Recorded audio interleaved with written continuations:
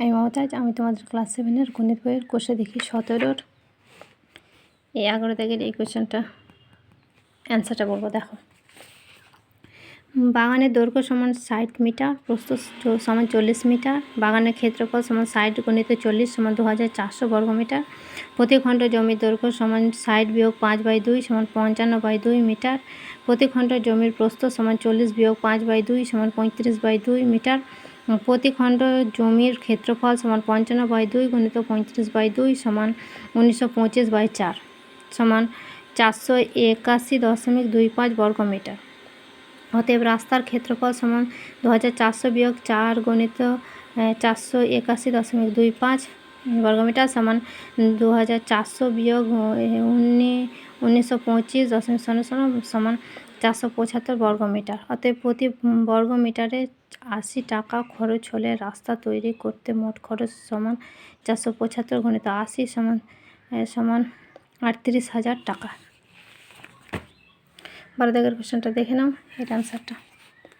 প্রতি বর্গমিটার 500 টাকা হিসাবে মোট খরচ সমান 8,000 টাকা হলে রাস্তার ক্ষেত্রফল সমান 8,000/500 / কাটা 5 16 80 সমান 16 বর্গমিটার।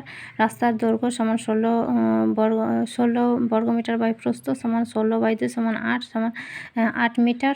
বর্গাকার খণ্ডের দৈর্ঘ্য সমান রাস্তার দৈর্ঘ্য সমান 8 মিটার, বর্গাকার খণ্ডের ক্ষেত্রফল সমান 8 স্কয়ার সমান 64 বর্গমিটার। বাড়িটির দৈর্ঘ্য সমান 8 যোগ 2 যোগ 8 সমান 18 মিটার।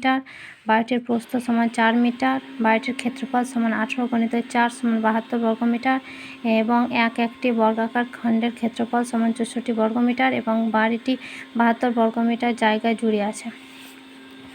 13 দাগের কোশ্চেনটা দেখে নাও, এর অ্যান্সারটা। 30 মিটার দীর্ঘ জমি চাষ করতে খরচ হয় 150 টাকা। 30 মিটার দীর্ঘ জমি চাষ করতে খরচ হয় 120 টাকা যখন প্রস্থ 5 মিটার কম।